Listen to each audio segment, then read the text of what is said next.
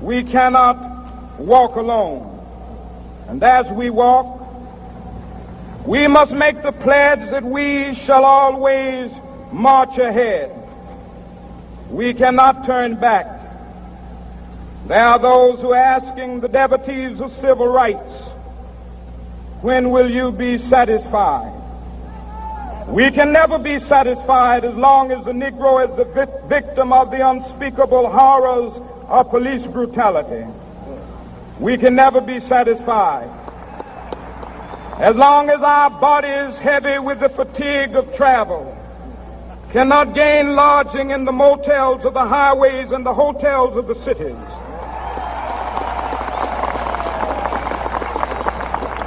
We cannot be satisfied as long as the Negro's basic mobility is from a smaller ghetto to a larger one. We can never be satisfied as long as our children are stripped of their selfhood and robbed of their dignity by signs stating for whites only.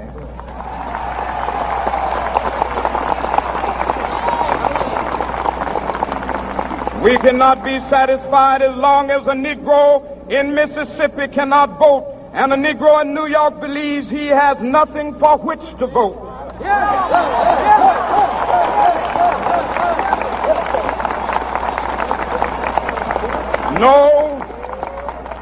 No, we are not satisfied, and we will not be satisfied until justice rolls down like waters and righteousness like a mighty stream.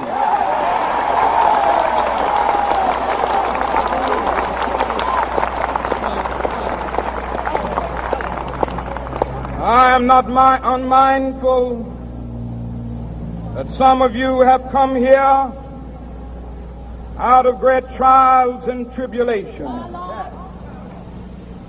Some of you have come fresh from narrow jail cells.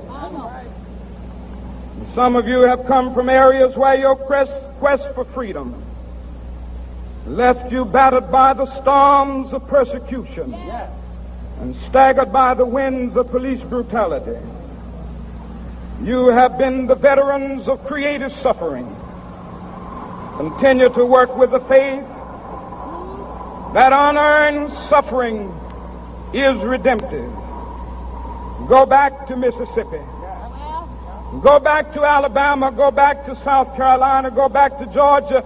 Go back to Louisiana. Go back to the slums and ghettos of our northern cities. Knowing that somehow this situation can and will be changed. Let us not wallow in the valley of despair.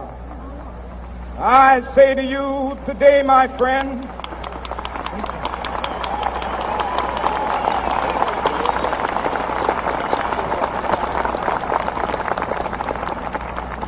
so even though we face the difficulties of today and tomorrow, I still have a dream. It is a dream deeply rooted in the American dream.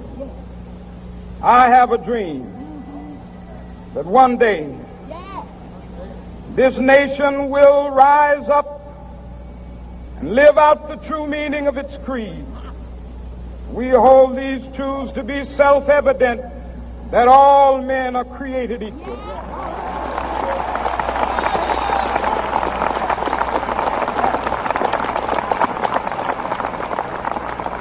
I have a dream that one day on the red hills of Georgia, the sons of former slaves and the sons of former slave owners will be able to sit down together at the table of brotherhood. I have a dream that one day, even the state of Mississippi, a state sweltering with the heat of injustice, sweltering with the heat of oppression, will be transformed into an oasis of freedom and justice. I have a dream that my 4 little children will one day live in a nation where they will not be judged by the color of their skin, but by the content of their character. I have a dream today.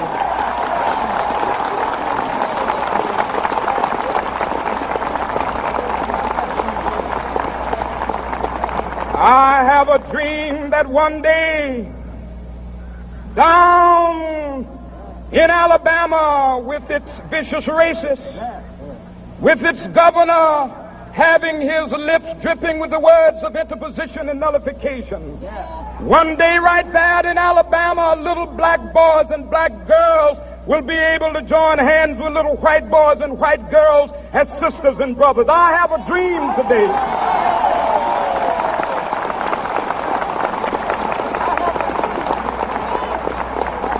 I have a dream that one day every valley shall be exalted, and every hill and mountain shall be made low. The rough places will be made plain, and the crooked places will be made straight, and the glory of the Lord shall be revealed, and all flesh shall see it together.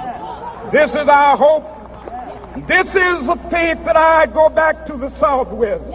With this faith, we will be able to hew out of the mountain of despair a stone of hope.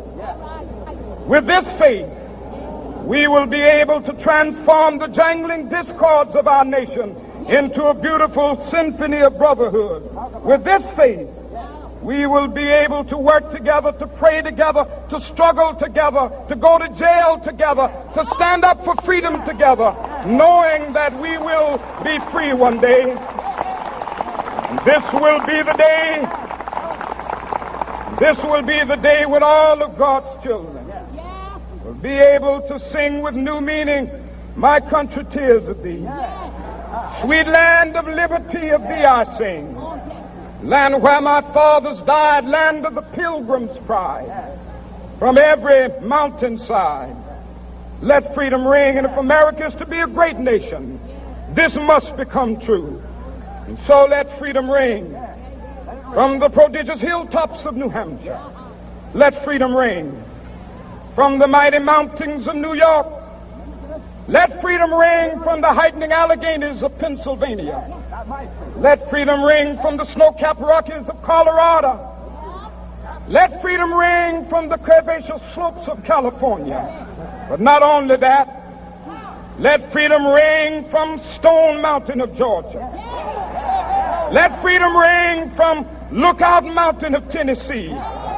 Let freedom ring from every hill and molehill of Mississippi, from every mountainside.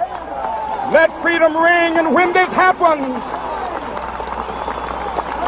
and when we allow freedom ring, when we let it ring from every village and every hamlet, from every state and every city, we will be able to speed up that day when all of God's children, black men and white men, Jews and Gentiles, Protestants and Catholics, will be able to join hands and sing in the words of the old Negro spiritual, "Free at last, free at last. Thank God Almighty, we are free at last."